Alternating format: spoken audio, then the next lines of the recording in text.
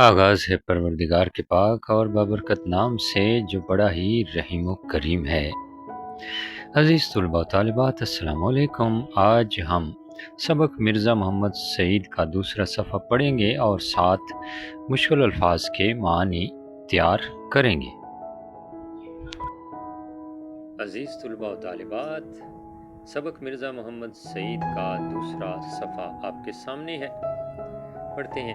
مرزا صاحب کسی کو خوش کرنے کے لیے نہیں لکھتے تھے۔ مرزا صاحب پیسے کے لیے بھی نہیں لکھتے تھے۔ پیسے کی تو انہوں نے کبھی پرواہ نہیں کی، بلکہ پیسے کے ذکر پر وہ چڑ جاتے تھے، غصہ میں آ جاتے تھے اور انہیں منانا مشکل ہو جاتا تھا۔ لاہور کے اکثر پبلشروں نے مرزا صاحب سے کتابیں لکھوانی چاہیں، پبلشروں، کتابیں چھاپنے والوں، اور بڑی بڑی رقمیں پیش کی، مگر مرزا صاحب نے انہیں ایک لفظ بھی لکھ کر نہیں دیا۔ اور جب اپنا پہلا ناول یاسمین لکھا تو اپنے ایک شاگرد کو بے مزد دے دیا، بے مزد، مفت۔ اس کے کچھ عرصے بعد دوسرا ناول خواب ہستی لکھا، اسے بھی بغیر کچھ لیے دیے چھپوا دیا، شائع کروا دیا۔ اگلا اقتباس: ایک پبلشر صاحب لاہور سے دلی محض اس غرض سے آئے تھے کہ مرزا صاحب سے ناول لکھوائیں گے، محض صرف اس غرض سے، اس مطلب سے۔ میں نے انہیں سمجھایا کہ مرزا صاحب نہیں لکھیں گے، مگر وہ بڑے بڑے مصنفوں کو خرید چکے تھے۔ نہ مانے، بولے ہم انہیں ایک ناول کا 1000 روپیہ دیں گے تو وہ کیوں نہیں لکھیں گے۔ یہ وہ زمانہ تھا کہ 200-250 روپے میں اچھا خاصا ناول پبلشر کو مل جاتا تھا۔ چنانچہ مجھے اپنے ساتھ لے کر مرزا صاحب کی خدمت میں حاضر ہوئے۔ میں نے تعارف کرایا۔ مرزا صاحب کا ماتھا ٹھنکا، حیران ہوئے۔ پبلشر صاحب نے چھوٹتے ہی ناول لکھنے کی فرمائش کی، چھوٹتے ہی، فوراً۔ مرزا صاحب بڑے ٹھنڈے مزاج کے آدمی تھے، بولے آپ میرے ناول کے 5000 دے دیں گے، 10,000 دیں گے۔ مجھے یہ منظور نہیں ہے کہ جو کام کر رہا ہوں اسے چھوڑ کر آپ کے لیے ناول لکھوں۔ 5-10 ہزار کی بات سن کر پبلشر صاحب کی سٹی گم ہو گئی، ہوش اڑ گئے اور 2-4 منٹ پہلو بدل کر رخصت چاہی جانا چاہا۔ مرزا صاحب اس زمانے میں اپنی معرکۃ الآراء کتاب مذہب اور باطنیت لکھ رہے تھے۔ معرکۃ الآراء زبردست، مشہور زمانہ، جسے مکمل ہونے کے بعد ان کے دوست پروفیسر تاجور نجیب آبادی ان سے لے گئے اور لاہور سے وہ کتاب شائع ہوئی۔ تاجور نجیب آبادی نامور شاعر اور ادبیات کے عالم تھے۔ ان کے شاگردوں کا حلقہ خاصا وسیع تھا۔ یہ حاشیہ نمبر 1 کی تفصیل بھی آپ کو بتا دی۔ ہاں جی، مرزا صاحب کا صرف یہی ایک علمی کارنامہ ہے، مگر ایسا کارنامہ کہ اردو کی اگر 100 عمدہ کتابیں چھانٹی جائیں تو ان میں مذہب اور باطنیت کو ضرور شریک کرنا پڑے گا، چھانٹی جائیں، منتخب کی جائیں۔ اگلا اقتباس: مرزا صاحب دلی کے شرفاء کے ایک متمول خاندان کے چشم و چراغ تھے۔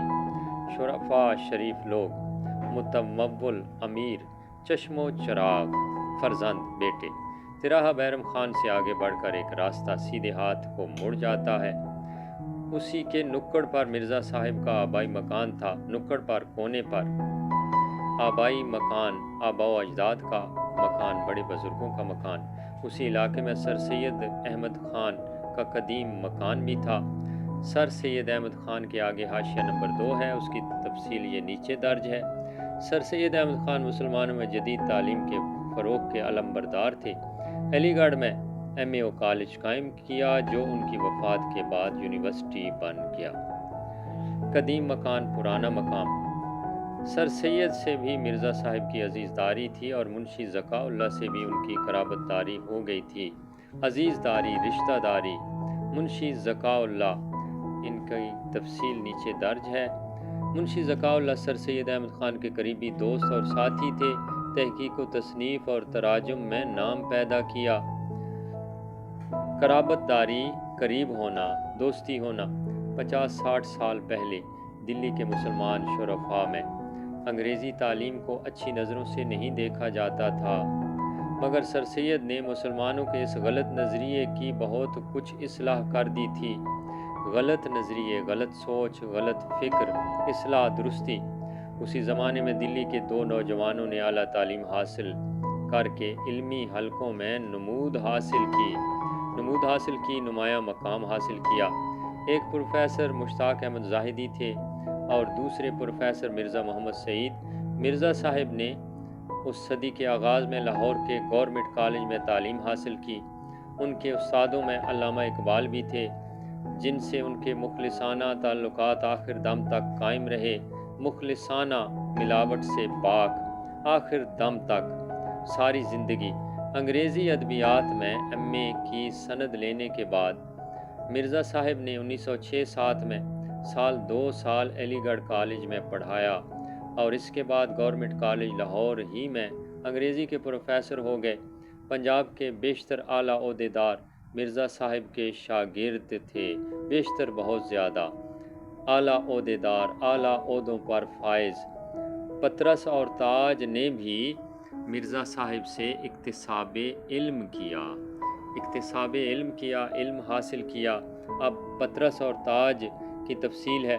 پطرس بخاری اردو کے معروف اور بلند پایہ مزاح نگار، انگریزی ادبیات کے استاد، اور سید امتیاز علی تاج ادیب اور ڈرامہ نویس تھے۔ انارکلی ان کا معروف ڈرامہ ہے۔ یہ تھا سبق کا دوسرا صفحہ۔ عزیز طلباء و طالبات، مجھے امید ہے کہ آپ نے اچھی طرح سمجھ لیا ہوگا اور اس کے مشکل الفاظ کے معنی جو میں نے بتائے ہیں وہ آپ لکھ لیں گے۔ آپ کو پتہ ہے کہ امدادی کتابوں پر سارے مشکل الفاظ کے معنی نہیں ہوتے، اس لیے میری یہ کوشش ہوتی ہے کہ جو بھی مشکل لفظ آ جائے اس کا معنی آپ کو بتا دیا جائے۔ تو میں نے اپنی طرف سے کوشش کی ہے تمام مشکل الفاظ کے معنی آپ کو بتانے کی۔ تو اس کے ساتھ ہی اجازت چاہتے ہیں، اگلی ویڈیو میں اسی سبق سے ہم آگے بڑھیں گے۔ اللہ نگہبان۔